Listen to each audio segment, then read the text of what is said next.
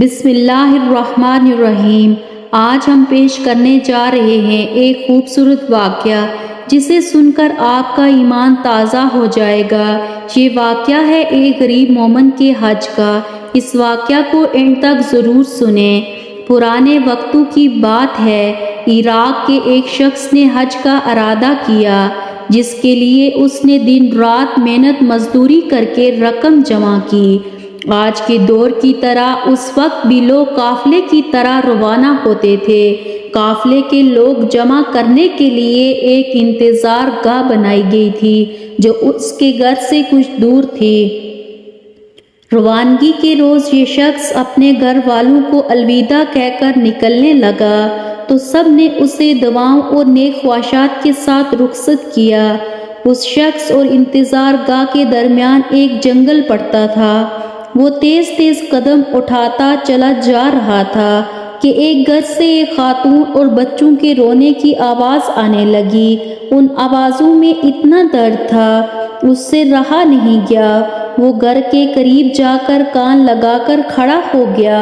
اس نے سنا کہ وہ خاتون رو رہی تھی اور ساتھ ہی ساتھ اپنے بچوں سے کہہ بھی رہی تھی کہ بیٹا، آج میرے پاس کھانے کے لیے کچھ بھی نہیں ہے، جو کچھ تھا وہ ختم ہو گیا تھا۔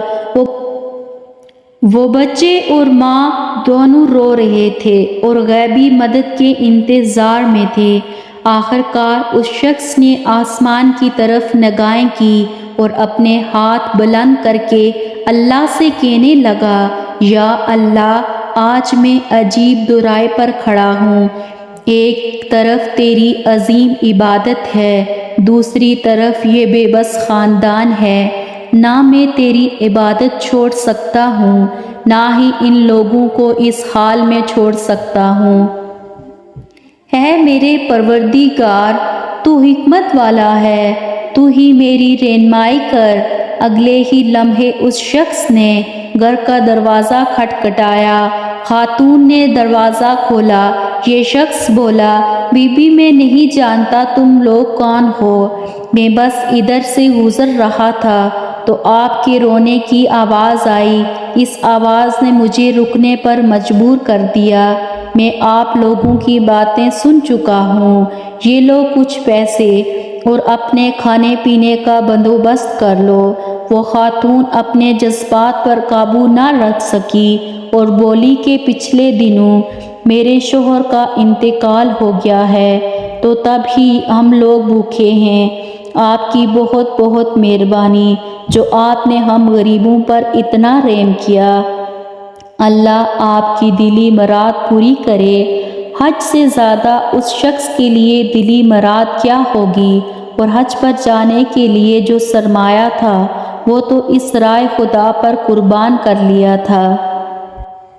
وہ شخص واپس جا رہا تھا اور دل میں سوچ رہا تھا کہ گھر والے کیا کہیں گے۔ وہ جنگل میں چھپ کر بیٹھ گیا اور حج کے دن گزرنے کا انتظار کرنے لگا۔ کچھ دنوں بعد جب حج کے دن گزرے اور وہ قافلے کے لوگ گھر واپس جانے لگے تو یہ شخص بھی چپکے سے اس قافلے میں شامل ہو گیا۔ تب بھی ایک شخص مخاطب ہو کر بولا، جناب مبارک ہو، میں نے آپ کو فلاں جگہ آب زمزم پیتے دیکھا ہے۔ کچھ دیر بعد ایک اور شخص بولا، میں نے آپ کو طواف کرتے ہوئے دیکھا تھا۔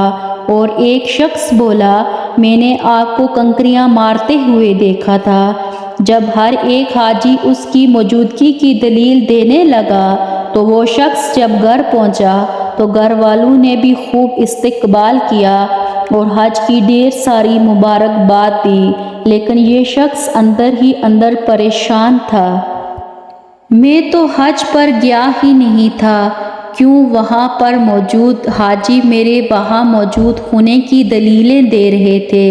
اسی سوچ میں اس شخص کو نیند آئی اور وہ سو گیا۔ خواب میں اسے بشارت ملی، اے نیک دل انسان، تم نے حج جیسی عظیم عبادت کو چھوڑ کر مخلوق خدا کی مدد کی ہے۔ اس کے بدلے میں اللہ تعالیٰ نے تمہاری شکل کے ایک فرشتے کو خود تمہاری جگہ بھیجا۔ بلکہ یہ نہیں، حج کا ثواب بھی تمہیں ملے گا۔ اس لیے یہ حاجی تمہارے وہاں ہونے کی دلیلیں دے رہے تھے۔